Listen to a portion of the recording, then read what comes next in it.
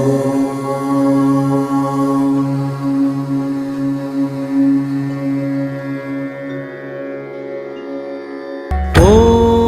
सूर्याय नमः।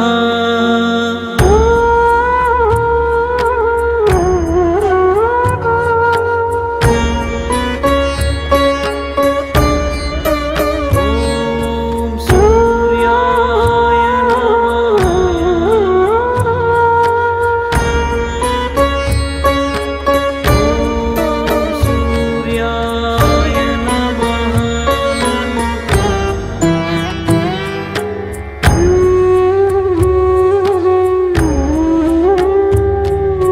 ॐ भानवे नमः।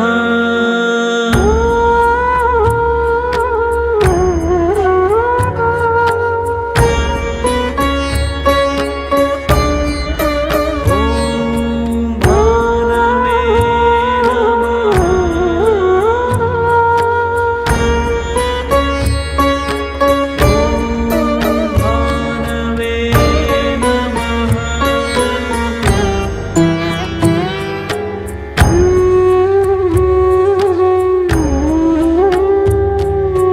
ॐ खगाय नमः।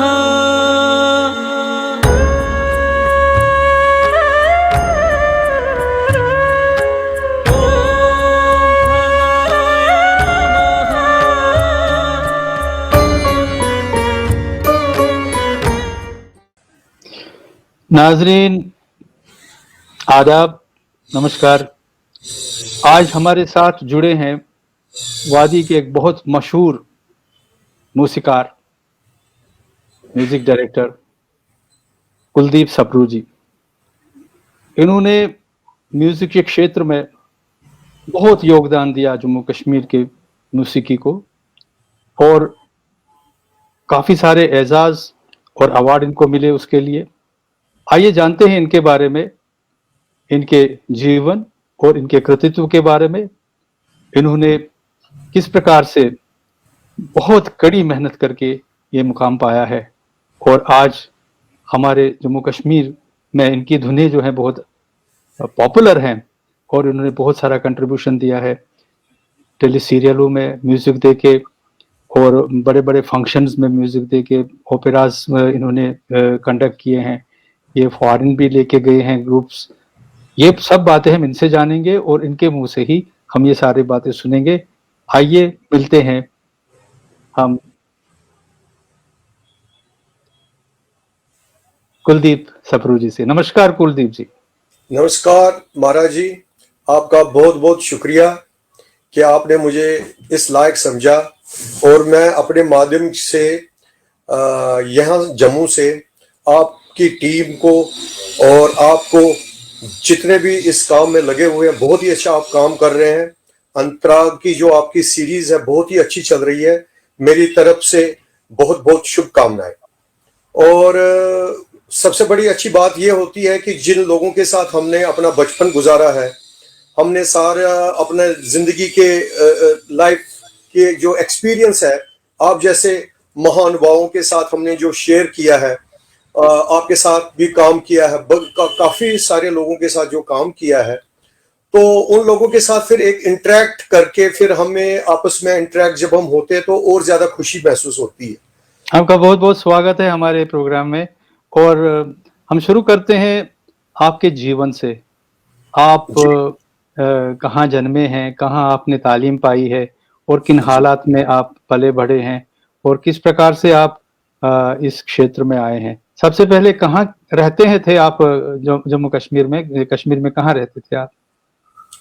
मैं उस जन्नते कश्मीर का एक पार्ट कहा जाता है नवा कदल, और उस नवा कदल के साथ में ही हमारा बुलबुल शाह का एक ज़ियारत है, बुलबुल लंगर कहते हैं उसको, जो ये आली कदल और नवा कदल के बीच में बटियार मंदिर है। उस बटियार मंदिर के बीच में ये बसा हुआ है बुलबुल लंगर शहर। वहां मैंने अपना जन्म मेरा वहीं पे हुआ है, और वहीं पे हम पढ़े लिखे भी हैं। मतलब इनिशियल मेरी जो स्कूलिंग हुई है वो विद्या भवन स्कूल में हुई है, वहीं पे बटियार, यानी कि वहीं आली कदल साइड से ही पढ़ता था, बटियार स्कूल, तो वहीं से मेरी स्कूलिंग हो गई। उसके बाद मेरे फादर की ट्रांसफर हो गई जम्मू, क्योंकि वो PWD कार्यालय में कार्यरत थे और उनका ट्रांसफर यहाँ जम्मू में हुआ। उसके बाद फिर जम्मू यहाँ पे आए, लगभग 68 में हम जम्मू आए। तो 68 में जम्मू में मैंने सबसे पहले जागृति निकेतन स्कूल में एडमिशन लिया। उसके बाद फिर मेरे फादर को एक गवर्नमेंट क्वार्टर अलॉट हुआ था जो रिहाड़ी के पास है, एक्सचेंज रोड के पास। अच्छा। वहां पे सनातन धर्म सभा हायर सेकेंडरी स्कूल में मेरे फिर उसके बाद सारी तालीम हुई। तो उसके बाद मेरी स्कूलिंग के बाद उस स्कूल में मैं सबसे बात बताऊं कि जो मेरी इंस्पिरेशन भी है उस स्कूल सनातन धर्म सभा हायर सेकेंडरी स्कूल में, वहां पे सुबह जब प्रेयर होती थी या सुबह के जब वो बैंड बजता था तो मुझे वहीं से वो इंटरेक्शन, वो म्यूजिक की तरफ बढ़ने लगी। वो जब हमारे प्रेयर, हमारे शास्त्री सर होते थे, वो सुबह प्रेयर पढ़ते थे और उस प्रेयर को मैं बहुत ही गौर से ना, बड़ी अट्रैक्शन होती थी उस प्रेयर को सुनने की। जो मतलब यूजुअली जो स्कूल प्रेयर्स होते हैं, तो वहीं से मैंने फिर वो म्यूजिक का वो थोड़ा सा मुझे शौक पैदा हुआ कि मैं वहां पे कुछ बाजा बजाऊं। कभी मैं बेंजो बजाता था, कभी बैंड में जाके वो बंसरी बजानी, कभी साइड ड्रम के साथ उथल पुथल करनी, आगे पीछे ऐसे ही चलता रहा। तो आपको जो संगीत की धुनें हैं, यानी इस म्यूजिक, उसमें जो बैंड में होता है, फ्लूट में होता है, और जो उस तरह की जो आवाजें हैं आपको आकर्षित करती थी, यानी संगीत आपको आकर्षित करता था बचपन से, जब आप स्कूल के दिनों में ही थे। आप ज्वाइन किए थे बैंड जो है स्कूल का, उसमें ज्वाइन किए थे आपने? स्कूल का बैंड मैंने ज्वाइन किया था, मैं 5th क्लास में था, तो मैंने स्कूल का बैंड ज्वाइन किया था। उसमें बंसरी बजाना, साइड ड्रम्स वगैरह बजाने, यानी कि 26 जो जनवरी होते थे या इंडिपेंडेंस डे जो हमारे होते थे, या बड़े बड़े कार्यक्रम जो होते थे। तो उन दोनों यहाँ से रघुनाथ बाजार से झांकी निकलती थी, वो पूरे जम्मू के इलाके में घुमा करती थी। तो उसके पीछे पीछे हमारे स्कूल का बैंड भी होता था, तो वो झांकियों के साथ हम चलते थे, तो बड़ा एंजॉय करते थे। कितनी मजेदार बात है। हाँ, फिर उसी के साथ फिर आगे कारवां बढ़ता गया। आफ्टर मैट्रिकुलेशन फिर हायर सेकेंडरी, मतलब उन दोनों हायर सेकेंडरी स्कूल्स होते थे, तो बाहर कॉलेज में जाना होता था। उसके बाद फिर मेरे को YMCA में ये अपना इलेक्ट्रॉनिक्स का सीट मिला मुझे, जो दिल्ली में है, यंग मेंस क्रिश्चियन। वहां पे मेरी स्कूलिंग हुई, सॉरी, ये जो मेरी हायर एजुकेशन हुई। तो उसके बाद हायर एजुकेशन करने के बाद मैं संगीत के साथ तो चलता, एक घर में भी माहौल था। मेरी जो बेसिकली मदर थी वो बहुत अच्छा गाती थी, मतलब ये नहीं कि प्रोफेशनल गाना गाती थी, लेकिन उनकी आवाज बहुत अच्छी थी, बहुत ही अच्छी। तो वो जो धुने गाती थी, फोक धुने, वो भी बड़ी अट्रैक्टिव होती थी। मातिमारोश पोशो ला गई वो लिए, या कोई लीला होती थी, प्रातः काला में अंत गाश मजी, ये तो यूजुअली आपको पता है कि हमारे घरों में ये चलता रहता था। तो वो बहुत अच्छा, उनका जो वोकल टेक्सचर और जो एक सुर की मैं बात करता हूँ, वो बड़ा अच्छा जबरदस्त वो गा लेती थी। और फादर का भी, उन्होंने भी वो संगीत के शौकीन थे, हालांकि वो PWD में अपने हेड ड्रॉप्समैन थे, और उन्होंने भी सितार वगैरह बजाई हुई है। तो घर की तरफ से मुझे संगीत का वो जो, जब भी मैं कोई चीज करता था तो फुल सपोर्ट होता था। ऐसा नहीं है कि वो कहते थे कि भाई नहीं, क्योंकि उस वक्त हमारे टाइम में बहुत ही ज्यादा जितने भी हमारे रिलेटिव्स होते थे वो कहा करते थे, वंशिया से यो तुम्बकनर वाइन वंशिया यो बाजू वाई, उनसे कुछ करो यार इसमें। क्योंकि हमारे जो अभी भी कुछ ऐसे हैं कि जो हमारे घरों में उन दिनों इतना नहीं इसको प्रोत्साहन देते थे, लेकिन घर की तरफ से मुझे बहुत ही इसका सपोर्ट था। खासतौर पे मेरी मदर का, मेरे फादर का, वो मुझे सपोर्ट करते थे पढ़ाई के साथ साथ। और उन्हीं दिनों फिर उसके बाद फिर जब मैंने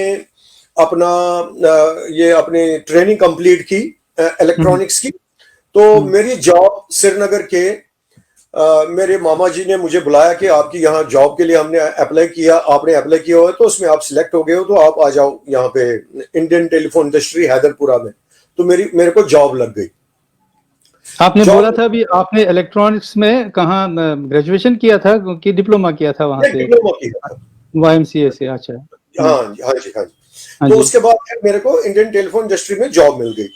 अच्छा। इंडियन टेलीफोन इंडस्ट्री में जॉब करने के साथ साथ जब वो जॉब था वहां पे तो सारा वो टेलीफोन वगैरह बनाने होते थे, वो सारा वो तो लेकिन संगीत का जो मेरे को एक शौक था वो मेरे को करना था। इसी दौरान एक जम्मू के बहुत अच्छे अच्छे आर्टिस्ट हुआ करते थे जो मेरे साथ सीखे हुए हैं कुछ। उसमें आप वो दरबारी लाल जी थे, वो एस अच्छा। कुमार जी थे, मतलब एक ग्रुप था, एक बैंड का ग्रुप था। तो हमने अच्छा। एक कॉन्ट्रैक्ट ले लिया शाम को ब्रॉडवे होटल में। तो अच्छा। ब्रॉडवे वहां श्रीनगर में इंटरेस्टिंग। एमए रोड पे है। तो वहां पे वो 5 स्टार होटल था, तो वहां पे हमें एक कॉन्ट्रैक्ट मिल गया। उसमें हम फिल्मी गाने बहुत ही अच्छा गाया करते थे, जैसे मोहम्मद रफी के या मोहम्मद किशोर कुमार के। और जो मैं इंस्ट्रूमेंट बजाया करता था, उस इंस्ट्रूमेंट का नाम है सिंथेसाइजर। अच्छा। तो ये जम्मू कश्मीर में इसको पता ही नहीं था कि ये क्या चीज है। जम्मू में तो मुझे बोलते थे कि ये सबरू ने बिजली वाला बाजा लाया। कश्मीर में उनको पता नहीं था कि ये क्या है। तो हम बजाया करते थे उधर ब्रॉडवे वगैरह में, तो सबको पड़ी। एक दिन भजन सोपोरी जी हमारे होटल आए थे कुछ कॉन्सर्ट के बारे में सिलसिले में। तो उनको मेरे पे नजर पड़ गई कि भाई यार ये तो अच्छा बजाता है, बजाने वाला बहुत अच्छा म्यूजिशियन है, इसको मैं आकाशवाणी में बुलाता हूँ। तो उन्होंने मुझे, भजन जी ने कहा बेटा आप ऐसा करो, मैं एक कंपोजिशन बनाई है, मुझे इसमें एक वाइब्रोफोन बजाना है, क्या आप आओगे? तो मैंने कहा सर मुझे तो यकीन ही नहीं हुआ कि इतने बड़े संगीतकार मेरे को मतलब एक्नॉलेज कर रहे हैं कि आप बजाने के विदाउट ऑडिशन। उस वक्त मेरे को ऑडिशन भी नहीं था वगैरह, कुछ भी नहीं था। हालांकि वहां श्रीनगर में कुछ इंद्रकला थिएटर के साथ भी मैं जुड़ा रहा, बाकी थिएटर्स के साथ भी जुड़ा रहे। वहां पे हम वो फोक, वो मंडली टाइप वगैरह वो भी करते थे। बीच में हरि पर्वत जाते थे हम, हर एक सैटरडे को वहां पे भजन कीर्तन हम किया करते थे। तो मतलब संगीत के साथ वो मैंने रखा। लेकिन मैंने एक वेस्टर्न म्यूजिक की नॉलेज ली हुई थी वहां अपने YMCA जो भी थे, मिस्टर ईरानी मेरे गुरु जो थे, तो उनसे मैंने वो ली थी। वो एशिया होटल में भी यहाँ थे, तो मैं उनसे वेस्टर्न म्यूजिक सीखता था। क्लासिकल का मुझे इतना मालूम नहीं था। तो फिर क्लासिकल जब मुझे भजन जी ने श्रीनगर में बुलाया रेडियो में, तो वहां पे उन्होंने बोला आपको बजाना है। और सबसे पहले कि मुझे क्लासिकल की इतनी नॉलेज नहीं थी, और मुझे बजाना था क्लासिकल बेस्ड एक गाने पे। कैलाश जी गा रही थी, अभी भी मुझे उस गाने के बोल याद है, बस कि शुद्ध ईन ओ सुम क्या खबर। ये भजन जी की वो कंपोजिशन थी, तो उसमें मुझे वो बजाना था वाइब्रोफोन। तो वो कॉन्सर्ट में मेरा बहुत ही अच्छी तरह से बजा। तो भजन जी ने कहा नहीं बेटा आप ऐसा करो, आप ये क्लासिकल का आपको सीखना बहुत जरूरी है।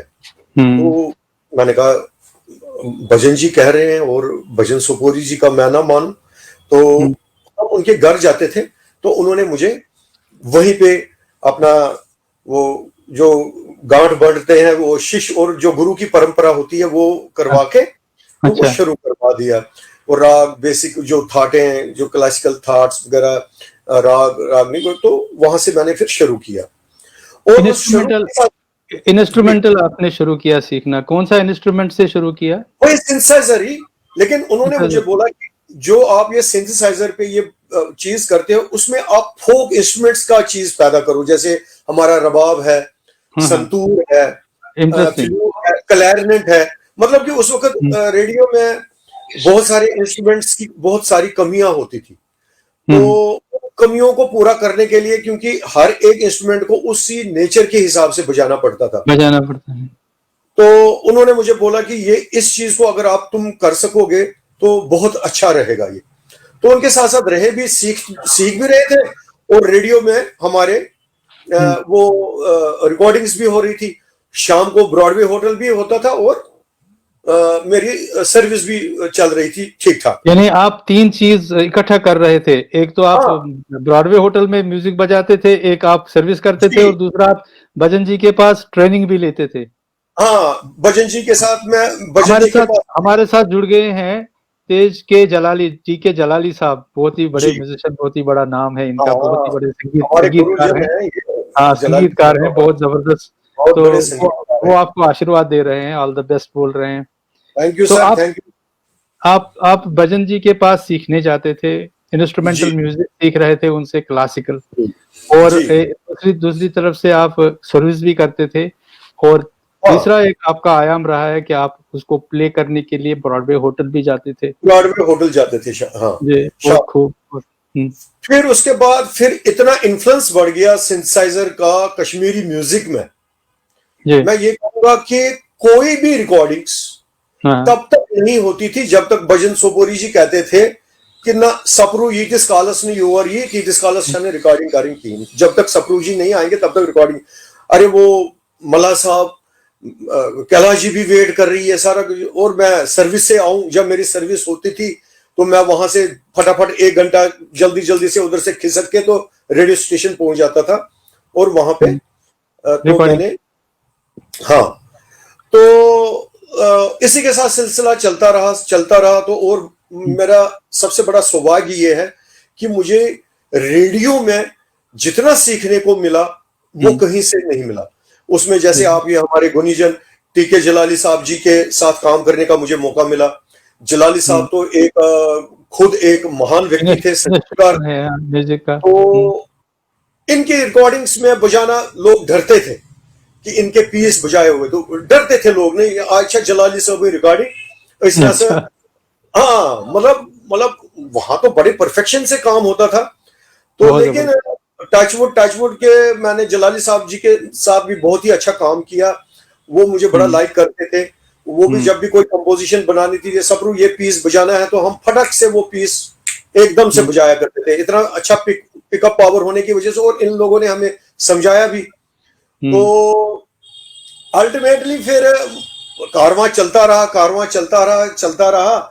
उसके बाद फिर सिंथेसाइजर की कोई ऑडिशन नहीं होती थी, तो फिर भजन जी ने अपने डीजी ऑल इंडिया रेडियो से ये कहा कि हमारे पास एक म्यूजिशियन है कि हम ये क्योंकि ये इलेक्ट्रॉनिक इंस्ट्रूमेंट है, इसकी ऑडिशन करवाई जाए।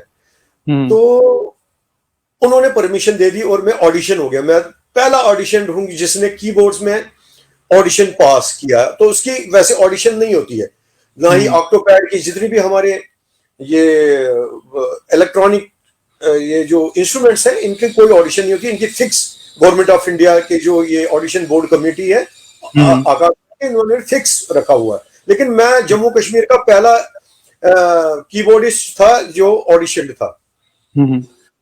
उसके साथ साथ बड़े बड़े कंपोजरों के साथ, जैसे टीके जलाली जी हुए, अपने भजन सोपोरी जी हुए, उसके बाद लंगू साहब भी, कृष्ण लंगू जी के साथ भी हमने कंपनी है, नसरुद्दीन साहब के साथ, नसरुल्लाह खान साहब जी के साथ, उसके बाद मोहम्मद अशरफ जी के साथ। तो हर एक गाने में फिर मतलब हर कोई कंपोजर, सिर्फ एक आदमी मुझे बोलता कि ये जो मरहूम हमारे थे अपने हसन सोफी साहब, तो उनके साथ में मुझे भजन जी ने बुक किया। तो मैंने ऐसा गशी नहीं, ये सिंथोसाइजर की नहीं, ये सिंथोसाइजर ये था दूर, मतलब वो जबान वो तो। लेकिन बाद में खैर वो फिर भजन जी उनको बोलते थे ना एक्शन की ये बाजू हो गई। लेकिन फिर वो एक्नॉलेज, आज आप देखिए जम्मू कश्मीर में हर एक दूसरे या तीसरे घर में गिटार बज रही है, सिंथेसाइजर है।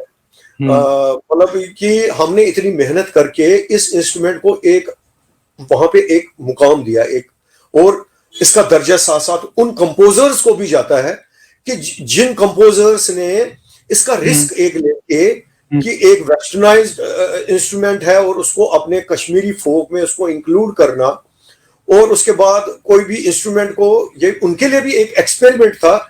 जिस कहीं कुलदीप जी मुझे एक बात कहीं ये लगता है कि जो मजा बहुत सारी वायलिने बजाने में एक साथ था, जो कि मतलब मैनुअली हम बजाते थे इंस्ट्रूमेंट, वो तो नेचुरली है, उसका तो अपना एक, हाँ, वो सोफी साहब वहां पे म्यूजिशियन और being as a music composer, मैं यही कहूंगा कि जो नेचुरल एकॉस्टिक का मजा है, जैसे आप नेचुरल सितार की जो टोन है वो हाँ आप हाँ कीबोर्ड के जरिए वो कभी भी नहीं नहीं होगा, नहीं हो सकता है जी। कभी भी नहीं होगा, क्योंकि उसमें एक वो डिजिटल नॉइज का होता है कि वो डिजिटल। लेकिन क्या करें, साउंड अब वो हाँ कश्मीर में 50 वायलिन वाले कहां से लाएंगे, जी। ये भी तो देखना है ना आपने। हम्म 50 वायलिन वाले नहीं है। आपका पियानो रोल करना है, वो पियानो वाला नहीं मिलेगा आपको। आपको हम्म वाइब्रोफोन बजाना है तो वाइब्रोफोन, आपके पास ओरिजिनलिटी नहीं है। तो ये चीज को एक्सेप्टेंस, और आजकल भी यही हो रहा है। आजकल भी बिल्कुल कितनी कितनी बड़ी चाहे फिल्म इंडस्ट्री में है या कमर्शियल म्यूजिक में है, फोक म्यूजिक में है, क्लासिकल म्यूजिक में है, इसके बगैर तो आजकल कोई रिकॉर्डिंग्स होती नहीं है। हाँ, कुछ जो हमारी रूधारी का जो काम होता है वो हमारे ओरिजिनल इंस्ट्रूमेंट्स ही है, जैसे स्टार है, वायलिन है, फ्लूट है, ये रूधारी से बजने वाली चीजें हैं। और ये चीजें आप कभी भी इन चीजों को वो फील, वो एक्सप्रेशन कभी भी आप कीबोर्ड पे नहीं ला सकते, जो एक फ्लूट प्लेयर या एक star player. Obviously obviously yes हाँ बिल्कुल सही है। हाँ तो हमारे साथ दीपक बुदकी जी भी जुड़े हैं, आप जानते हैं वो बहुत बड़े कथाकार हैं हमारे उर्दू के, हाँ और जम्मू कश्मीर से हैं, बहुत ही स्वीट, बहुत बड़ी गहरी वो कथाएं लिखते हैं और बहुत बड़ा नाम है उर्दू में वो। और उन्होंने उन्होंने उन्होंने आपको बहुत अप्रिशिएट किया और कहते हैं आप उनके नेबर रहे। हाँ और इंद्र कला की भी बात करते हैं। इंद्र कला जो है थिएटर हाँ, ग्रुप वो था। जैसे मैंने अभी कहा कि हम वो जी इंद्र कला थिएटर में जाते थे और वहां जी पे हम मतलब जो भी इंस्ट्रूमेंट आता था बजाते थे। यानी इवन कि इंद्र जी का भी उन दिनों बहुत ही अच्छा नाम होता था। वो जी बहुत ही, आपको पता है कि वो उन दिनों वो थिएटरों में वो गाने चलते थे। वो आपको भी याद होगा, वो गाड़ा अच्छा वो सो आलो भैया आलो, वो तो बहुत जबरदस्त। और जो तो हम युवावानी स्टार्ट हुई हाँ, थी ये तो हम वाली सब लोग अपने क्लब लेके वहां पे गाना गाने जाते थे, बहुत जबरदस्त। बिल्कुल वो बिल्कुल वो बिल्कुल। एक बूम था म्यूजिक में, सारे मतलब जितना भी फोक है वो इकट्ठा होके वहां पे रेडियो कश्मीर ने बहुत प्रमोट किया था। तो उस वक्त हम नौजवान सारे जो है रेडियो पे जाते थे और वहां पे तो हम जाते थे, वो परफॉर्म तो करते थे हम जी। एंजॉय करते थे। बहुत हमें बहुत सीखने की ललक होती थी। अच्छा, वहां से दूसरी साइड से जॉब होता था, तो ये एक शौकिया तरीका रखा था। तो प्रोफेशनली फिर मैं जब वो रेडियो से जुड़ा और इतने अच्छे अच्छे संगीतकारों के साथ जब मैं उठा बैठा, तो फिर मैंने कहा नहीं, इसको सीखना है, प्रॉपरली इसको सीखना चाहिए।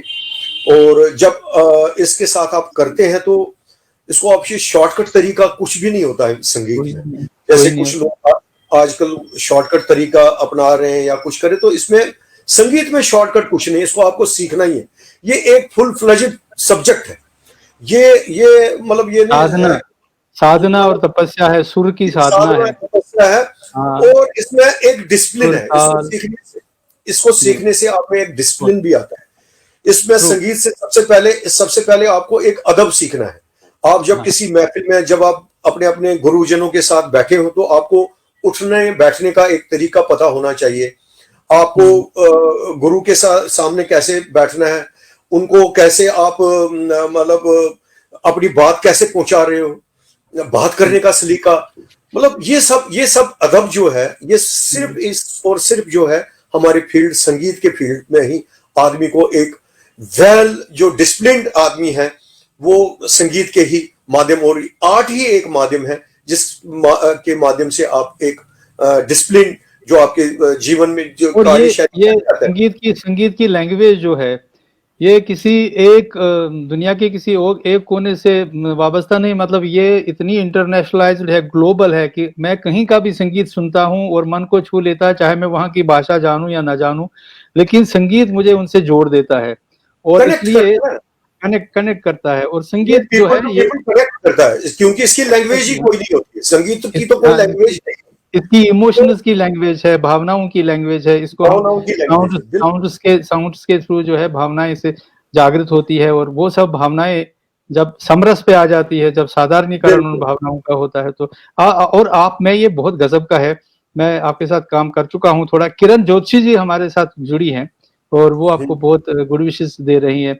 नमस्कार। मुझे मुझे बता दीजिए कि आप जो है क्लासिकल कितना सीखे फिर सुगम संगीत में मतलब कैसे आ गए, कैसे काम किया और क्लासिकल मैंने वही कहा ना कि जो रेडियो के साथ साथ चलता रहे, मैं बजाता भी रहा, और भजन जी के घर में मैं जाता था और जी वहां पे कुछ राग्स और थाट्स मैंने किए। और जी फिर वो जो असली क्लासिकल की जो मुझे ट्रेनिंग लेनी चाहिए थी, वो हो नहीं पाई, जो असली ट्रेनिंग जिसे हम कहते हैं ना, वो हो नहीं, क्योंकि मैं एक परफॉर्मर भी था और सीखता भी था और सर्विस भी करता था। तो फिर मेरे को उन गुनी जन लोगों के साथ, जब मैं बजाता था, उन्हीं गुनी लोगों के साथ उस राग के बारे में डिस्कस करना कि ये कौन सा राग है, इसका आरोह अवरोह, इसका क्या, मतलब साथ साथ में सीखना भी। कभी कोई ऐसा चैलेंजिंग मोमेंट आया क्या जब आपको थोड़ी बहुत मुश्किल लगा कि मतलब पता नहीं कर पाऊंगा और बहुत डिफिकल्ट? बिल्कुल बिल्कुल, मैं वही कह रहा हूँ कि जैसे अभी अभी मैंने टीके जलाली साहब की बात की, क्योंकि इनका एक नाम था वहां पे, और एक क्लासिकल फुल, ये तो हमारे म्यूजिक लीजेंड्स है, चाहे भजन सोपोरी जी हैं या पंडित टीके जलाली जी हैं, या बहुत सारे हमारे म्यूजिक कंपोजर्स हैं जो, तो इनके साथ काम करना कोई मामूली बात नहीं है। जैसे आज कोई किसी भी आप सिंगर को ले लेते हैं तो वो बहुत ही इसको इजीली लेके आपके स्टूडियो में पहुंचता है कि हाँ जी सर क्या करना है, आपके पास मल्टी ट्रैक्स हैं, मल्टी ट्रैक्स में अगर आपको एक बार गलत भी होता है तो वो आप छूट जाए तो बार बार कर सकते हैं। इन लोगों के सामने उठना बैठना ही बहुत मुश्किल होता था।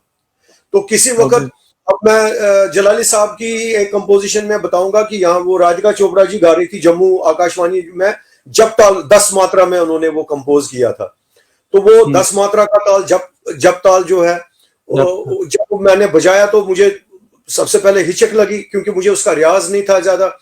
तो वो मुझे उन्होंने समझाया कि क्या है, इसका खाली कहाँ है, इसका सम कहाँ है, 5 मात्रा के बाद कहाँ है वो, मतलब कि मेरे लिए इतना ये इजी हो गया कि मैं साथ में परफॉर्म भी कर रहा हूँ और साथ साथ में चीजों को सीख भी रहे हैं।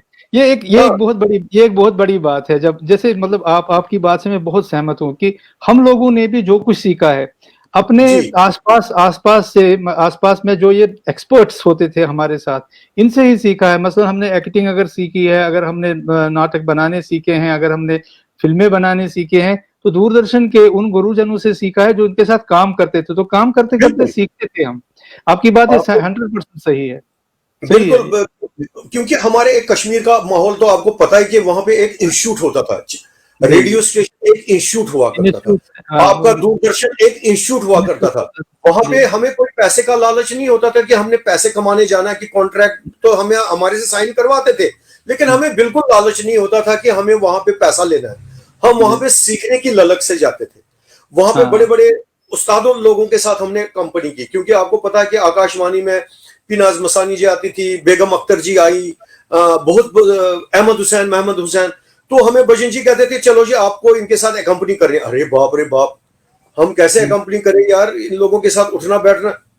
तो इसी सिलसिले में एक बार मलिका पुखराज जी आ गई पाकिस्तान से। अच्छा। वो पाकिस्तान से आ गई तो मुझे नहीं मालूम है, 5-6 दिन से वो बहुत परेशान थी। उन्होंने कुछ पाकिस्तान के कुछ गाने लाए हुए थे, किसी फिल्म में गाए हुए थे, तो वो दूरदर्शन श्रीनगर में गाने थे उन लोगों को, तो मलिका जी को। तो उसमें क्या था कि उसमें एक पियानो का इंट्रो था, मुझे अभी भी वो गाना याद है, हम जंगल के जोगी, हमको एक जगह आराम कहाँ, ये गाना था। तो उनको हमारे तब के सीएम मुख्यमंत्री फारूक अब्दुल्ला जी थे, तो उन्होंने उनसे कहा कि आप ऐसा क्यों नहीं करते हैं कि इन गानों को हम फोल्ड बैक में चलाएंगे, आप सिंक कीजिए वहां पे। तो यहाँ पे हमारे कश्मीर में लिमिटेड म्यूजिशियंस होते हैं, हो सकता है कि इतना ऑर्केस्ट्रा हमसे अरेंज ना हो पाए। तो उन्होंने माना नहीं, उन्होंने बोला नहीं ये इसमें कॉपीराइट का इशू है, मैं इसको, ये कॉपीराइट का इशू हो जाएगा अगर मैं किसी जगह इसको टेलीकास्ट या ब्रॉडकास्ट करूंगी। मुझे अब तो बोला आप ये तबले और बाजे पे गाइए, फिर इसका सेम म्यूजिक क्यों आप बजवा रहे हैं? नहीं, मुझे सेम ही म्यूजिक बजवाना है। तो वो अड़ी रही। तो इस सेम म्यूजिक के बजाने के चक्कर में वो 5-4 दिन बहुत सारे वहां पे म्यूजिशियंस थे। अमरजीत थे वायलिन पे, हमारे अनिल कोल जी बहुत अच्छे तबला प्लेयर थे, वो थे उन दिनों। रणधीर जी थे, अपने स्वर्गीय रणधीर जी, वो ढोल थे। तो बहुत सारे म्यूजिशियंस थे, हमारे पंडित कृष्ण लंगू जी भी थे, वो भी गए हुए थे। तो उन्होंने भी कोई कंपोजिशन एक उनसे गवानी थी कश्मीरी, सो वो डेकडून मो फुटरा कावन कोरी टावडा, वो उस सिलसिले में गए थे। तो अब वो मेन चक्कर में ये हुआ कि उनको ये जब गाना गाना था, वो बोली जी नहीं मुझे ये पीस बजाना है। और पीस क्या बजाना था, ये पियानो का पीस था, ऑगमेंटेड एंड डिमिनिश्ड कॉर्ड्स में था पीस। डररररंग, डररंग, डररंग, डररंग, डररंग, डररररंग, डररंग, डररंग, डररंग। अब अच्छा वहां पे तो कोई पियानो प्लेयर है ही नहीं हमारे साथ, तो करते करते जी वो जगदीप सिंह जी हमारे हैं, म्यूजिक टैक्स थे उन दिनों। जगदीप सिंह जी अभी रिटायर हुए हैं दूरदर्शन से। तो जगदीप सिंह जी मेरे पास शाम को ब्रॉडवे होटल आए, कहने वो बच्चा यार 1 मिनट आ जा यार, ये कैसेट सुनो जरा, आप ये पीस बजा सकते हो? क्योंकि हम शाम को तो बजा देते, मेरे पास कीबोर्ड था, तो मैंने बोला हाँ ये सुनाइए जरा क्या है। तो उन्होंने वो कैसेट लगाई, मैंने कहा हाँ बजा लूंगा। मैंने कहता नहीं मेरे सामने बजाओ। मैंने बजाया वो पीस, कहता ओहो यही तो चाहिए था यार, चलो आप मेरे साथ अभी। वो बहुत फिर लंबी कहानी है। फिर हम चले गए वहां पर, तो वो मुझे ऐसे देख रही है मल्लिका पुखरा जी, इतनी महान हंसी, और मैं छोटा बच्चा 21-22 साल का बच्चा उनके सामने गया। और वहां पे जैसे ओबराय पैलेस में वो ठहरी थी, उनकी बहू भी साथ में थी, तो वो बड़े अंदाज में बैठी थी, वो हुक्का लेकर, बड़े जबरदस्त उनकी वो डाल रही है उसमें पानी वगैरह, उसमें बड़े स्टाइल से बैठ रही है और हुक्का पी रही है। और मेरी एंट्री हो गई, तो वो लड़के को बोल रही है, इसी को अपने जगदीप जी को, एक काका को फड़ के लिया था भाई, इसने की करना है, इतने थे 4-5 दिन नाल के कोई फर्क नहीं पड़ गया, काके ने की करना है। ये बजा रहे जी देखो, तो अच्छा पहला इस तरह करो, कहवा शावा पियो। हमने कहवा शावा पिया, तो अब मैं भी डरूं, अब मुझे थर थर पानी जाए कि मैं अब मल्लिका पुखराज जी के साथ एकम्पनी करना है। तो बोला जी काका खोलो। अब जो जिस स्केल से उसने मुझे ये सी माइनर का, मुझे अभी भी याद है, सी माइनर स्केल से गाना था, तो वो मैंने सी माइनर कॉर्ड देना, कहते नहीं हाफ नोट थल्ले करके मैं गाना है। अच्छा, मतलब आधा नोट करके मैंने आधा सुर इसमें काम करो, फिर मैंने गाना है। मैंने कहा ठीक है, तो मेरे लिए किया। तो वो हो सकता है मेरे को आजमाना चाहती है कि या इसी स्केल से तो नहीं बता रहे हैं ये, तो स्केल उन्होंने काम किया, तो अल्टीमेटली उन्होंने उसी स्केल से गाया, फिर बी माइनर से। तो बी माइनर एक कॉर्ड दिया मैंने, तो बोला बजाओ, मैंने बजा दिया। कहते ओहो ये काका कितों फड़ के लिया था जी, ये तो बड़ा अच्छा है। और उसने मुझे बड़ा आशीर्वाद दिया जब फिर हमने बजाया। फिर उसकी पहले रिकॉर्डिंग हमने रेडियो में की, अच्छा, स्कूल के ऊपर, रेडियो में स्कूल के ऊपर रिकॉर्डिंग की। तो फिर वो दूरदर्शन में अल्टीमेटली फोल्ड बैक ही चला। लेकिन उन्होंने भी देखिए क्या कितना डिसिप्लिन होता है इसमें, उन्होंने वो कैसेट नहीं चलाई फोल्ड बैक में। तो ये मतलब मेरे कहने का मतलब है कि मेरा जो उठना बैठना अपने कैरियर में इतने महान हस्तियों के साथ, इतने गुणी लोगों के साथ मेरा हुआ है, और उनका हमेशा मेरे सर के ऊपर आशीर्वाद रहा है। और साथ साथ में सीखने को भी मौका मिला। जैसे मैं कोई राग करता था तो पूछ रहा था मैं, ये किस राग में, मोहम्मद अशरफ साहब ये किस राग में आपने किया था गाना? पीस तो मैंने बजा लिया, हाँ ये बेटा चारुकेशी राग में है, इसमें ये ऐसा है, ये इसमें अच्छा चारुकेशी राग में, अच्छा याचू इतके याद, मतलब सीखता भी था साथ में, ताल क्या है, राग क्या है। तो एक वही कंपोजर बताया करते थे, जैसे जलाली साहब के साथ में बैठता था, वो मुझे बताया करते थे याद राग इसमें ये है, इसकी लय ये है, इसका ये है, इसका ऑफ ये है। तो ये चलता रहा। उसके बाद फिर ये भी एक सीखने की प्रक्रिया थी, एक प्रोसेस था सीखने का, क्या बजाए हैं और पूछते हैं कि मैंने क्या बजाया, और आप सीख लेते हैं। तो लेकिन आप जब बजाते तो कभी ये नहीं लगता था कि आप सीखे हुए नहीं हो, आप हमेशा जो है आपका परफेक्ट बजाया हुआ ही मिलता था। वो उसकी वजह है कि एक तो मैं बचपन से बजाया करता था, दूसरा मैंने वेस्टर्न म्यूजिक सीखा था। मतलब कीबोर्ड को सीखने का तो सबसे पहले वेस्टर्न म्यूजिक ही सीखना पड़ेगा, क्योंकि जब तक आपको पियानो बजाना नहीं आएगा तो वो आप कीबोर्ड प्लेयर नहीं है, फिर तो वो आप हारमोनियम प्लेयर बन गए सीधे से। क्योंकि कीबोर्ड को सीखना ही पहले वेस्टर्नाइज तरीके से है, ताकि आपको गिटार बजानी है, पियानो बजाना है, या वाइब्रोफोन्स बजाने हैं, या पियानो एकॉर्डियन बजाना है, या कुछ, वो तो बजाना ही वेस्टर्न नोटेशन और वेस्टर्न कॉर्ड से ही बजाना है। तो वो तो मैं बजाता था, लेकिन क्लासिकल का तो मुझे बिल्कुल अंदाजा नहीं था कि ये कैसे करना है। कश्मीर में इंस्टीट्यूट से बहुत सारे मतलब जैसे हम जाते थे तो प्रेम संगीत निकेतन जैसा मशहूर इंस्टीट्यूट था, जहाँ से बहुत सारे लोग म्यूजिक सीखते थे। वहां पे गुरुजी मैंने जैसे कहा ना कि जैसे मुझे सर्विस का ऑफर मिला इंडियन टेलीफोन इंडस्ट्री में, और साथ में मैंने ब्रॉडवे होटल में ये रखा, उसके बाद फिर एकदम से भजन जी ने मुझे बुला लिया। कितनी देर ऐसा जाता था। ऐसा प्रोसेस कितनी देर और कितनी देर नौकरी की आपने? क्या अभी भी नौकरी करते हैं?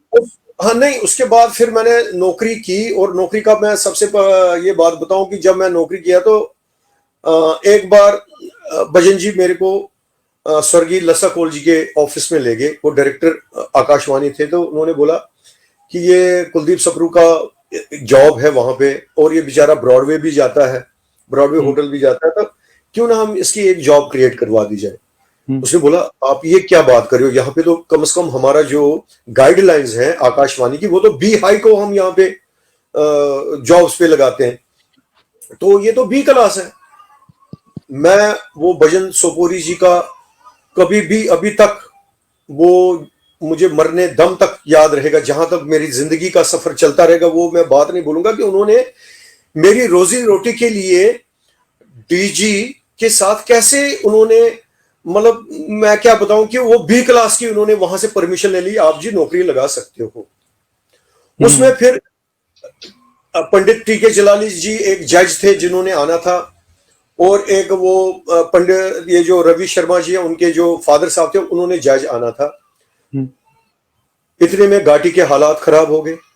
हालात खराब होते होते उन्होंने क्या किया कि उन्होंने खुद ही वो ऑडिशन ले लिया हमारा, तो हमारे को बोला अच्छा आप ये ऐसा करो, आपको अब ये जनवरी में आपको 23 जनवरी 1990 को आपने ज्वाइन करना है यहाँ पे।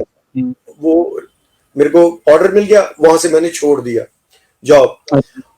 और भजन सोपोरी मेरे को ले गए, बोला अब तुमने जॉब छोड़ दिया, सब कुछ किया। शबीर हैदर को आप जानते हैं, वो प्रोड्यूसर अपने कश्मीर के हमारे, उन्होंने उन दिनों दिल्ली में रिकॉर्डिंग करनी थी सिंथेसिस स्टूडियो में।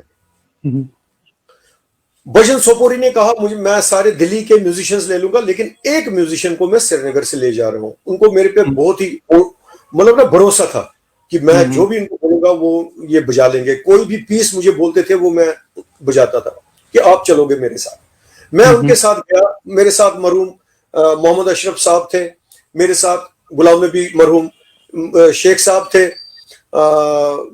हमारे साथ उषा खेर जी थी, सुषमा दत्ता जी थी, अपने ये दर्शना मेहरा जी भी थी, धनंजय कौल थे, बहुत सारे आर्टिस्ट थे। तो हम ले गए, शबीर साहब ने हमें कॉन्ट्रैक्ट भी उन दिनों वो कॉन्ट्रैक्ट साइन करवाते थे, हैदर फिल्म्स का, अभी भी मेरे पास पड़ा होगा वो। तो वो ले गए, तो दिल्ली में हमने रिकॉर्डिंग शुरू कर दी। तो भजन जी ने मुझे कहा बेटा आपको वहां पे जॉब का वो करना है, आप निकल जाओ। और जैसे ही मैं निकला वहां से, तो अब मैं श्रीनगर के लिए जाने वाला था, तो मैंने कहा चलो मैं घर से कोई जैकेट वैकेट ले लेता हूँ, तो मैंने जाना। तो इतनी देर में मैंने क्या देख रहा हूं कि मैं बाहर अपने सड़क से दूर से अपने, जैसे मैंने एंटर किया अपने लेन के दूर से मैं देख रहा हूं एक वीडियो पाउच। मेरे मामा जी बंसीलाल रैना जी वहां पे एक पब्लिक मोटर सर्विस चलाते थे लाल चौक में, उनकी वो वीडियो कोचेस वगैरह बसेस चलती थी। तो मेरा सामान उतर रहा है। बस मैंने कहा मैं तो आ जा रहा हूँ। नहीं जी आप कैसे जा सकते हो, क्योंकि वहां पे वो आपको पता है कि जो 19 जनवरी 1990 को जो त्रासदी हमारे साथ हुई थी, तो उस सिलसिले में भागम भागी बहुत दौड़ थे, तो मेरे लिए पॉसिबल नहीं हो पाया कि मैं कहाँ जाता, क्योंकि सारी जिंदगी मैंने, जब मैं जॉब करता था मेरे फादर तो जम्मू बेस्ड थे, और उसके बाद मैं कश्मीर के मातामाल यानी कि ननिहाल वालों ने ही मुझे पाला। अच्छा। मेरे फादर भी मेरे मामा ही थे। मेरी मतलब पूरी जिंदगी मैंने अपने मातामाल में ही गुजारी फिर।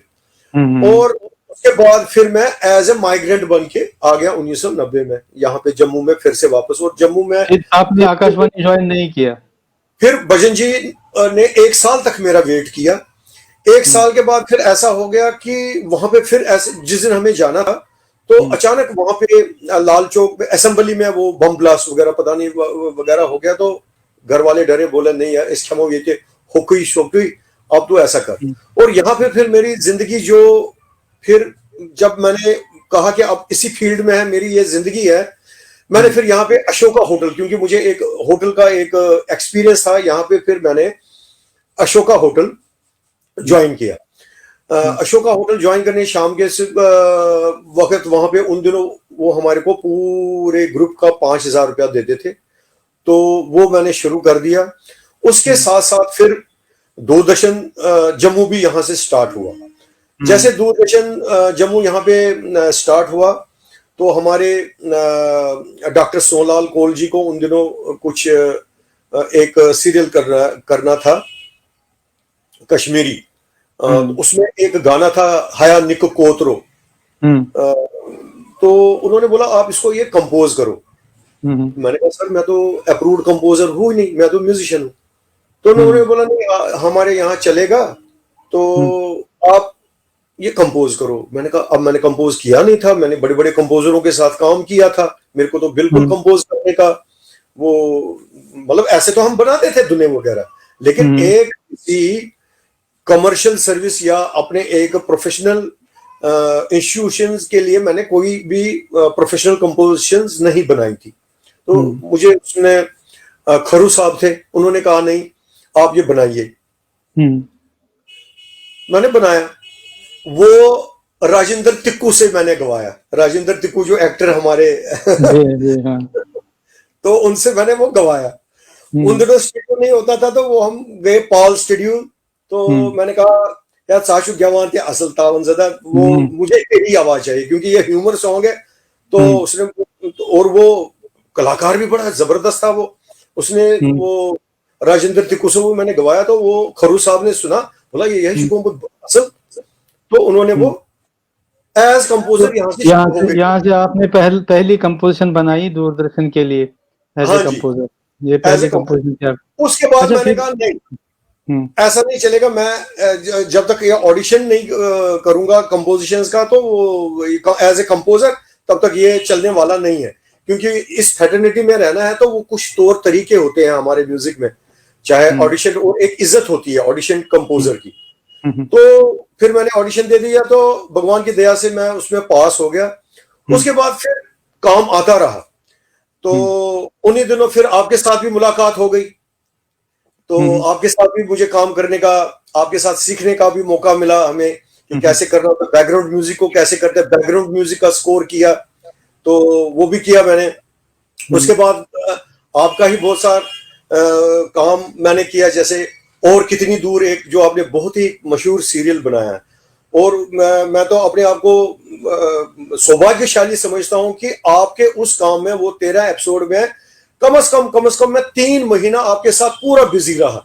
उसमें बैकग्राउंड स्कोर, उसकी डबिंग, उसका टाइटल सॉन्ग, थीम सॉन्ग्स, बाकी सॉन्ग, और बहुत ही अच्छी तरीके से, और आपका काम करने का तरीका, और मुझे उसके बाद आपने बहुत सारे सीरियलों में म्यूजिक दिया है और बहुत सारे प्रोड्यूसर्स के साथ म्यूजिक का काम किया है, और आपने अपना एक स्टूडियो खोला। ये बहुत बड़ी बात है, क्योंकि ये एक बहुत बड़ा रिस्क है। ये इन्वेस्टमेंट हम नहीं कर पाते थे, क्योंकि आपने एक बहुत बड़ा रिस्क लेके इन्वेस्टमेंट किया और एक स्टूडियो खोला आपने, और वहां पे आके काम करने लगे।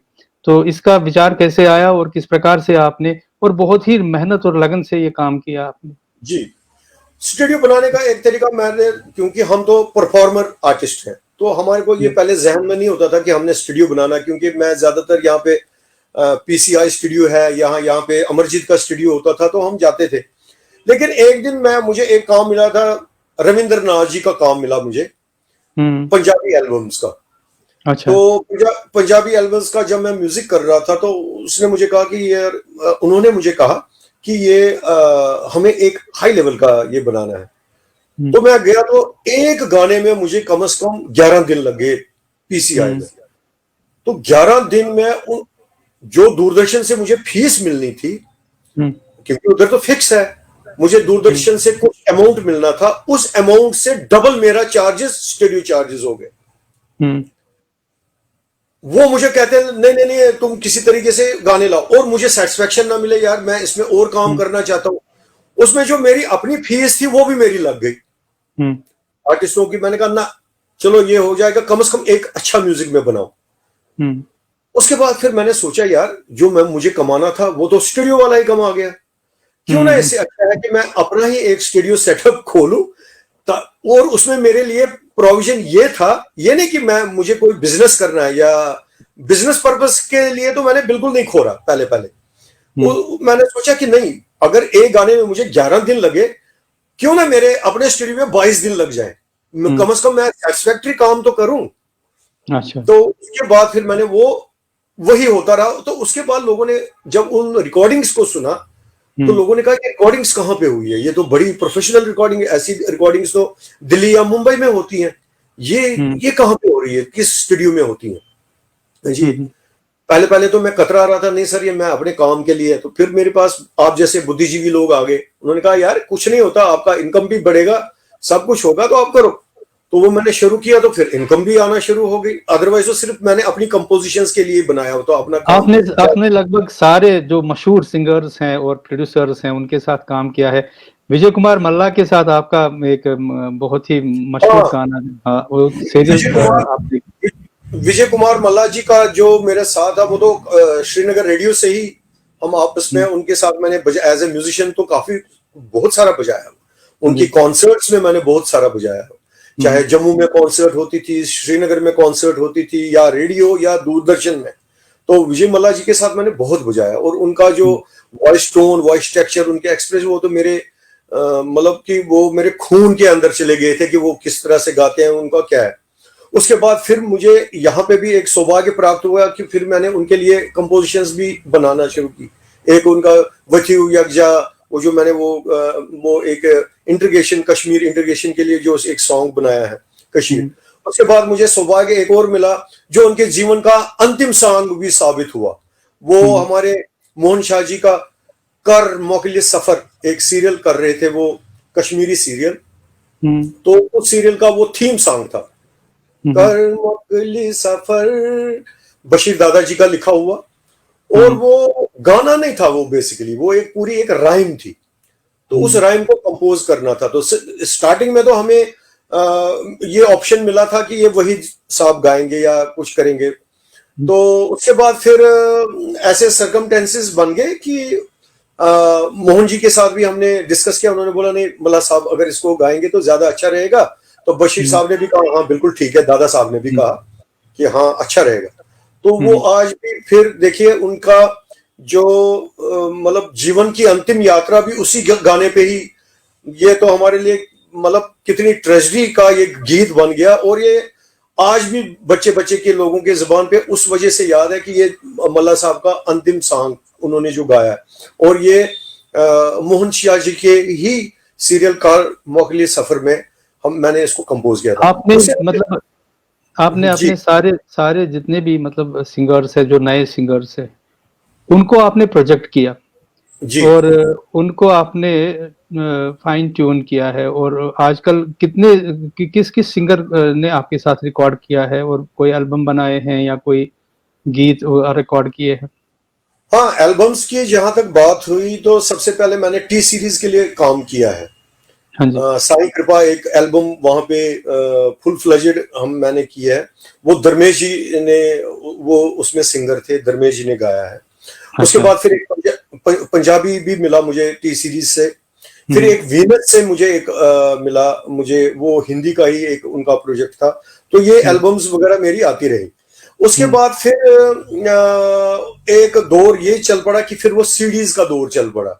बहुत सारे सीडीज के लिए हमने काम करना शुरू कर दिया। म्यूजिक एल्बम सीडीज वगैरह बनती थी, तो बहुत सारे किए। उसके बाद फिर एक डॉक्यूमेंट्रीज का दौर चल पड़ा जिसमें मैंने डॉक्यूमेंट्रीज की है। तो मतलब कि अनगिनत, मतलब जो हमारे काम हुए यहाँ, या दूरदर्शन श्रीनगर के लिए या फिर डीडी कशीर के लिए बहुत सारा काम किया। फिर डीडी उर्दू के लिए मैंने बहुत सारे काम किया। तो उसमें से मैंने एक वो सुदेश वर्मा जी का भी एक सीरियल किया था, उनका शाहकार अफसाने। वो भी बहुत ही मशहूर हुआ, उसका संगीत बहुत ही अच्छा, वो कहानियों पे आधारित था, वो भी बड़ा अच्छा ये बड़ा बहुत ही मशहूर हुआ। फिर एक यहाँ पे टी सीरीज की एक डोगरी कैसेट भी आई थी, उसमें उत्तम सिंह जी ने गाया था वीर डोगरे। वो भी टी सीरीज के लिए हमने वो काम किया हमने उसका। तो बहुत सारी मतलब ये एल्बम्स की है। हमारे हमारे जम्मू कश्मीर में भी कुछ फिल्में बनने लगी हैं और बाहर की जी, भी फिल्में, आपको कोई किसी फिल्म का ऑफर मिला, आपको किसी फिल्म में संगीत दिया हो? सबसे पहले तो मैं हमारे स्वर्गीय अपने शिवदत्त जी हमारे बहुत ही अच्छे माने गए जम्मू के प्रोड्यूसर थे वो, जी। और उनका एक बहुत अच्छा प्रोडक्शन हाउस था। तो उनकी जो लकीर फिल्म थी, जो बहुत वो पहाड़ी जबान में बेसिकली हुई थी, अच्छा। तो वो पहाड़ी जबान का उन्होंने सारा मेरे से ही म्यूजिक करवा, वो मेरे पास ही काम करवाते थे। तो वो सारा मैंने किया, उसकी फिल्म का काम था। चमनपंथी जी ने कंपोज किया थे गाने उनके, तो वो जितना भी उसका म्यूजिक मैंने किया मेरे पास ही हुआ। उसके बाद फिर ओपेराज का हमारा एक दौर चल पड़ा कि हमने, क्योंकि मैंने एक अपना आरएम के आर्ट्स एंड रिसर्च फाउंडेशन भी खोला। उससे पहले हमारा एक अथवास होता था। अथवास के बाद फिर हमने वो कुछ बाकी सारी संस्थाएं भी थी जिनमें मैंने काम किया है। वो संजल भी एक था उसमें। उसके बाद फिर आरएम के आर्ट्स एंड रिसर्च फाउंडेशन में भी मैंने अपना एक एनजीओ किया। जब वो संजल का टाइम में जिन दिनों हम काम करते थे, हमें एक जापान जाने का टूर भी मिला। वहां पे मैंने वहां पे एक फ्यूजन बनाया था। अच्छा। भगवती हमारी इष्ट देवी कश्मीर की जो है, उनका प्रभाव कैसे है, वो मैंने एक संगीत के जरिए एक फ्यूजन बनाया। तो उसमें एक शारदा वंदना और हमारा वीग वसुन जो कश्मीरी, और हमारा वनवुन, वो मैंने कंपोज किया, जो जापान में बहुत ही अच्छा उन्होंने लाइक किया। और वहां पे वक्त परतव, अच्छा। जो ये ओपेरा किया, जो इसमें हमारे विजयधर जी, आप तो जानते ही होंगे, बहुत हमारे बहुत बहुत अच्छे से, बहुत ही अच्छे वरिष्ठ बढ़िया कलाकार हैं। कलाकार है, उन्होंने उसको डायरेक्ट किया था। जी। और उन्होंने वहां जापान में जाके उसका खुद ही मेकअप किया था।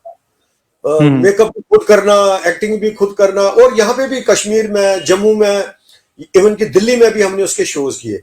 यानी कि अभी हमने एक रिसेंटली अभी लाइट एंड साउंड शो, एक माता राज्ञा महात्मय का भी हमने अभी उसका 3 शो हमने यहाँ जम्मू में किए, 3 हमने दिल्ली में कश्मीर फेस्टिवल में किए।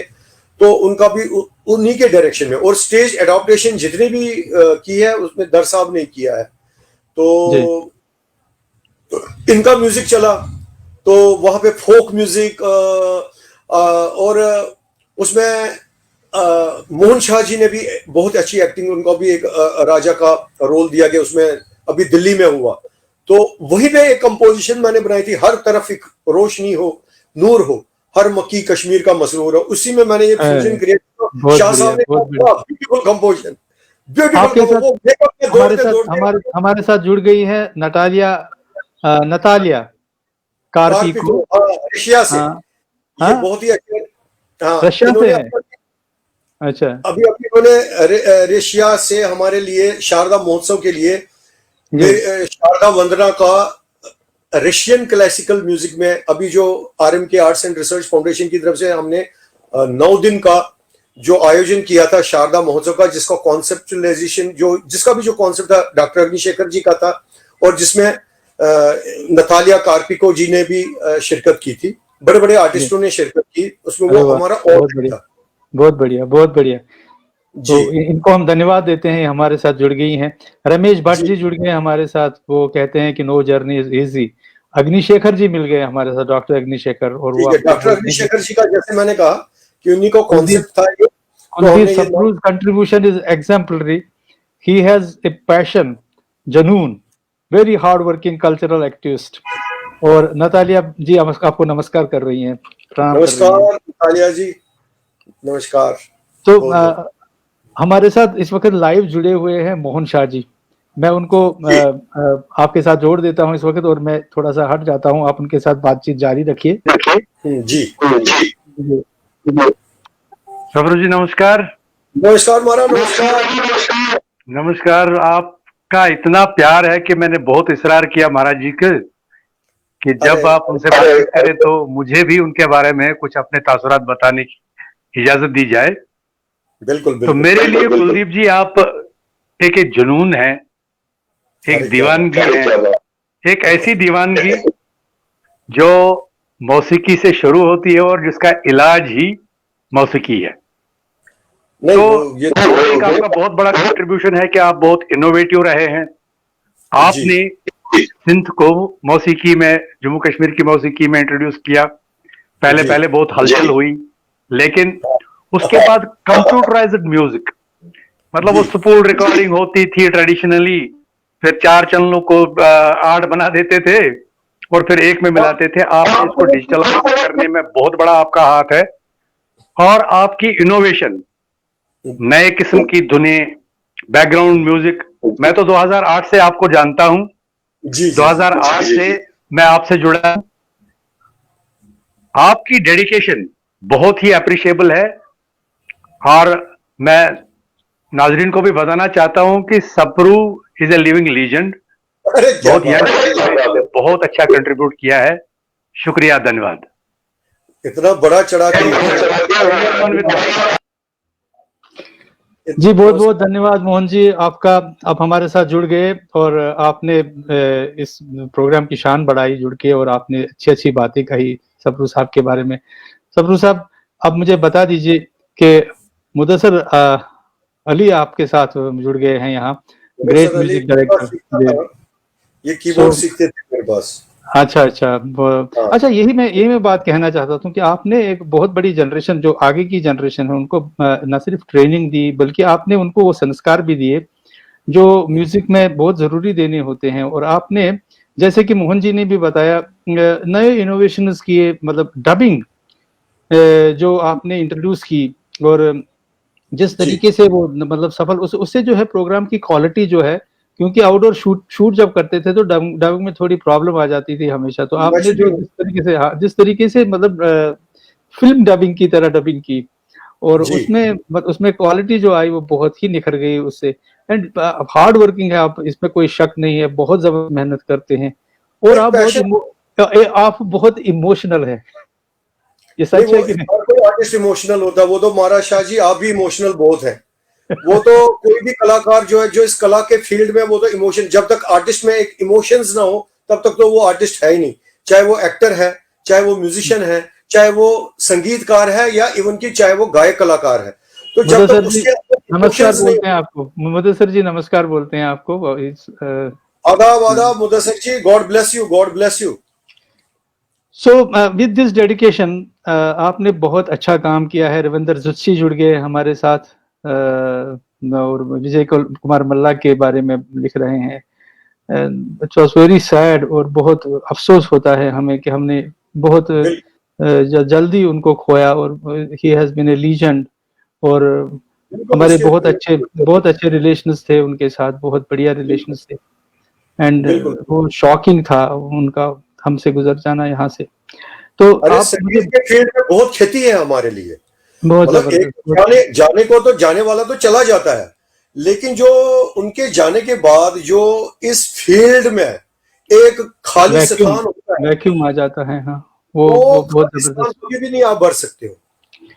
आपने तो जो नए नए जनरेशन आग के सिंगर्स आए, उनके बारे में थोड़ा सा बता दीजिए, जो जो आपके साथ, जिनको आप सुनते हैं, लाइक हाँ, करते हैं। जैसे अभी मल्ला साहब की बात चल रही है, तो जब हमें एक आदत पड़ गई थी कि हमें एक क्वालिटी वर्क करना है, हमने एक क्वालिटी म्यूजिक करना है, और हमने एक क्वालिटी सिंगर से ही गाने गवाने हैं।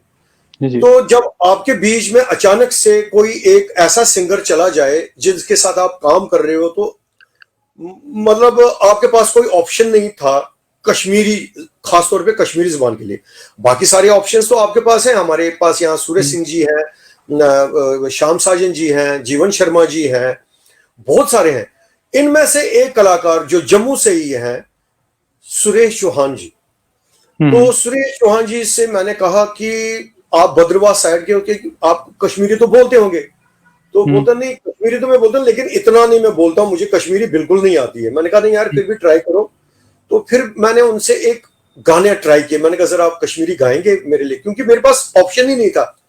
और उन दिनों ऐसा टाइम था कि मैं कश्मीर से बुला नहीं सकता था किसी सिंगर को। दिसंबर का महीना था, सड़कें बंद थी, और एक प्रोजेक्ट पड़ा हुआ था, तो किसी और उन दिनों ऐसा था नहीं सिस्टम कि आप मेल के जरिए आप किसी को भेज रहे हैं, वो गाना कर रहा है, तो इतना वो अपडेट नहीं था हमारा सिस्टम। तो सुरेश ने इतना अच्छा वो गाना गाया, इतना अच्छा गाना गाया, सचो आज पान शराब, वो डोलवाल साहब का गाना है, बेजाम थोबुत सुमार दोस्ती, ऐसा कुछ तो उन्होंने इतना बढ़िया तरीके से गाया, और जेके कोल बेजा ने उसके ऊपर एनेक्टमेंट किया उस गाने के ऊपर, तो इतना अच्छा गाना गाया। तो उसके बाद मुझे उसकी लत लगी, नहीं तुमनी ने गाना है। मैंने फिर सोनाली डोगरा जी हमारी यहाँ बहुत अच्छी सिंगर है, उनसे भी कुछ कश्मीरी गाने गवाए। आपने जो कश्मीरी सिंगर्स हैं, जो फीमेल सिंगर्स है, मेल सिंगर्स हैं, जो कश्मीर से आए आपके पास, उनको ट्रेनिंग दी है और वो भी अच्छा गाते हैं, उनमें से आप किसी सिंगर को यहाँ पे उनका जिक्र करना चाहेंगे जो कश्मीर से आए आपके पास? हाँ, नहीं, कश्मीर से तो मेरे पास ये मुदस्सर जी आते थे ज्यादातर, तो या बिलाल अहमद हैं आज वो जो म्यूजिक कंपोजर भी बने हैं, उन्होंने भी स्टार्ट मेरे से ही कीबोर्ड वगैरह से ही स्टार्ट किया था। तो वो मेरे पास आते थे, सर हमें आप सिखाइए, तो उन्होंने सीखा है। उसके बाद फिर शाजिया जी वो यहाँ पे आई थी, तो मैंने उनको सुना, मैंने उनको सिखाया नहीं, तो उनको मैंने सुना। वो कुछ नरगिस मकबूल के साथ आई थी किसी कार्यक्रम में यहाँ, तो मेरे पास उन दोनों एक सीरियल था गुल बकावली, अयाश आरिफ जी। अच्छा। तो अयाश जी मुझे बोल रहे हैं कि ये कम सद गया नावक। तो हमारे पास तो बहुत अच्छी सिंगर्स होती थी हमारे पास उन दिनों, अर्चना जलाली जी होती थी, दीपाली वातल जी होती थी। तो मेरे को एकदम ख्याल आ गया क्यों ना मैं एक नई वॉइस को ले लूं इस बार, ये बहुत अच्छा गाती है। तो मैंने गुल बकावली का सबसे पहले थीम सॉन्ग उनसे गवाया। तो जब अयाश आरिफ जी मेरे पास आया तो दोपहर ये जबरदस्त गया, ये कम सा अच्छी गया उन्होंने ना चाहिए दीपाली जी इस वॉइस, ना चाहिए अर्चना जी इस वॉइस खुश दोमस यह तुम जी अला किस तो ना प्रजनावान नहीं जी कौन है, ये शाजिया है। कौन शाजिया? मैं ये अनंतनाग डिस्ट्रिक्ट से। नहीं हम तो नहीं जानते हैं। तो वो इतना इम्प्रेस हो गए, इतना खूबसूरत गाया। तो उसके बाद वो फिर मिले सुर में चली गई, तो उनके बाद सब जाने लगे और अच्छा गाती है। तो उसको मैंने सिखाया कि कैसे कमर्शियल गाना गाते हैं स्टूडियो में, तो वो सीख गई। हालांकि उनको कोई वो ट्रेनिंग वगैरह नहीं दी थी, तो उनका वो बाई नेचर से बहुत ही जबरदस्त वोकल आवाज बहुत अच्छी है, बहुत बढ़िया आवाज है, मैं भी उनको सुना हूँ। हाँ, बहुत बढ़िया आवाज है। हाँ, हमारे वहीद साहब बहुत अच्छा गाते हैं, तो उनसे भी मैंने कुछ कंपोजिशनें गवाई हैं। वहां पे सिंगर अल्ताफ जी हैं, उनसे मैंने बहुत सारा गवाया है। आसिम थे वहां पे, उन्होंने आजकल थोड़ा सा वो कम किया है, मिस्टर आसिम, वो मेरे पास मतलब वो सीखे तो basically fine arts and music से, लेकिन मेरे पास थोड़े से टिडबिट सीखते थे, मतलब यही वोकल ट्रेनिंग, गाना कैसे गाना है, वो फॉर्मल ट्रेनिंग नहीं। तो हाँ, फॉर्मल ट्रेनिंग के लिए म्यूजिशियंस, जैसे हमारे यहाँ कुछ वर्कशॉप्स चल रहे हैं आजकल, हमारे आरएम के आर्ट्स, हमारा एक बड़ा स्टूडियो है, हम संडे के संडे कुछ वर्कशॉप आ रहा था, इसमें आ रहा था, जो कि हमारे बच्चे हैं यहाँ पे जम्मू में खासकर जो हैं आपके पास, और वहाँ पे कैंप में जो रहते हैं अभी भी, मतलब जगती में हैं या और जगहों पे है, मैंने उनके वीडियोस देखे हैं सिंगिंग के। बहुत छोटे छोटे बच्चे हैं, बहुत अच्छा गाते हैं, और उनको थोड़ा सा अगर ट्रेन किया जाएगा और उन पे थोड़ा सा ध्यान दिया जाएगा तो वो बहुत ही बड़े सिंगर्स हैं, उनकी आवाज बहुत अच्छी है। तो इस दिशा में कोई काम कर रहे हैं आप? हाँ, जैसे मेनली तो मेरा जो काम होता है कि मेरे पास प्रोड्यूसर ने आना है कि भाई ये आपके पास सब्जेक्ट है, इसके ऊपर आपने गाना बनाना है। जैसे अभी भी मेरे पास कुछ, जैसे मैंने अभी एक feature film, Hindi feature film की है, फंटासिया, बलजीत सिंह रैना जी उसके प्रोड्यूसर हैं। तो अभी वो मार्च में रिलीज होनी थी, तो वो हो नहीं पाई because of this pandemic situation जो हमारे मार्च से चल रही है, पिछले 10 महीने से। तो उसमें एक थीम सॉन्ग मैडलिन है, तो वो छोटी है, उससे मैंने गवाया। फैंटासिया फैंटासिया, ये उसका थीम सॉन्ग है। उसमें फिर एक शिवानी कोल, जगती में रहने वाली हमारी है, बच्ची है, माइग्रेंट्स क्वार्टर में, शिवानी कोल जी, उसका एक गाना था, वो अपना वो जो आजकल होते हैं ना वो गाने उछलने कूदने वाले वो गाने, तो उसमें वो गाना एक था, तो वो मैंने उससे गवाया। उसने बहुत ही अच्छा गाया वो गाना, तो वो उन्होंने एक्सेप्ट किया, मुंबई वाले उसमें। हाँ, वो मुंबई जाना था, फिर वहां पे वो उन्होंने वो एक्सेप्ट किया उस आवाज को, तो शिवानी कोल।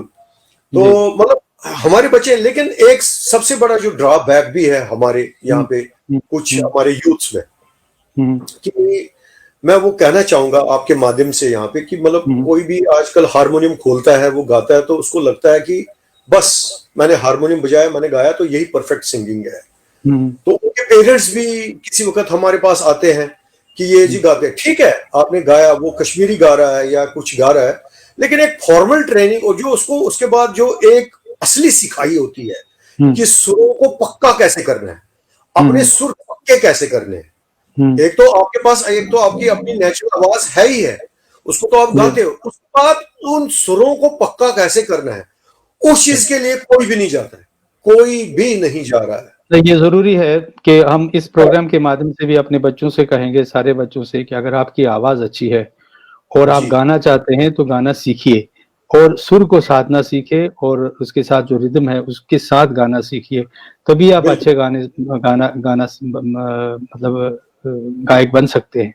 तो इसलिए इसी नोट पे मैं आपसे विदा ले लूंगा, क्योंकि हमारे प्रोग्राम का समय 3 मिनट 57 सेकंड ज्यादा हो गया और आपसे अभी जी नहीं भरा बात करते हुए आप कहते थे कि पता नहीं 15 मिनट 20 मिनट बोलूंगा, लेकिन आपने 1 घंटा 4 मिनट और 8 सेकंड तक अभी तक बोला है और अच्छे से बोले हैं। और मुझे इस वक्त ये नहीं और बहुत धन्यवाद नहीं लगता है, बहुत धन्यवाद आपका, बहुत धन्यवाद आपका। आपने बहुत अच्छी बातें बताई, अपने जीवन के सफर के बारे में बताया और आपने कृतित्व के बारे में बताया, आपने सीखा और बहुत ऑनेस्टी से बताया। इसकी मुझे बहुत कि कितना भी बोलूं कि कितनी खुशी है इस बात की कि आपने कितनी ऑनेस्टी से सारी बातें बताई हैं। इतना मैं कह सकता हूं कि मैं अभी भी उसी लर्निंग प्रोसेस में अभी भी हूं।